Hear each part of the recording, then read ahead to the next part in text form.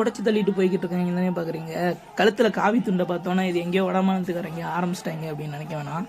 இது தமிழ்நாட்டில் நடந்த சம்பவம். அதாவது மதுரைக்கு பக்கத்துல திருப்பரங்குன்றத்துல கார்த்திகை தீபம் வருஷம் ஏத்துற வழக்கம். அது குறிப்பிட்ட ஒரு இடத்துல ஏத்துவாங்க போல. அந்த குறிப்பிட்ட இடத்துல ஏத்தக்கூடாது அப்படின்னு சொல்லிட்டு முன்னாடியே ப்ராப்ளம் இருந்திருக்கும் போல.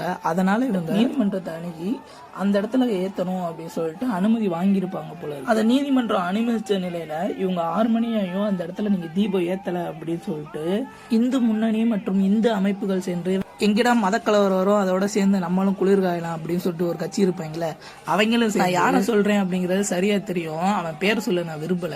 போலீஸோட வாக்குவாதம் ஆகி அதுக்கப்புறம் தள்ளுமுள்ள ஆகிப்பட்டு கலவரத்துல ஈடுபடுற லெவலுக்கு இது போயிருக்கு. அதுல அவன் என்ன சொல்றான்னா, மானங்கிட்ட இந்துக்கள் இன்னும் டிஎம்கேக்கு ஓட்டு போடணுமா அப்படின்னு. இது ஒரு மதக்கலவர பிரச்சனையாவே எடுத்துட்டு போறாங்க. இவங்க ஏதோ ஒரு கட்சி பொறுப்புல இருக்காங்க. அது எந்த கட்சியில எந்த பொறுப்புல இருப்பான்னு நமக்கே தெரியும். அவங்க சொல்றதையும் கேளுங்க.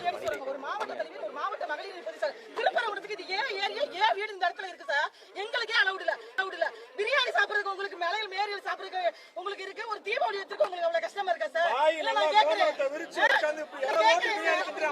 கோயில் உச்சியில தலவாழை இலை போட்டு மாட்டுக்கறி பிரியாணி திங்கினானா, இதுல எவ்வளவு உண்மைத்தன்மை இருக்குன்னு சரியா தெரியல.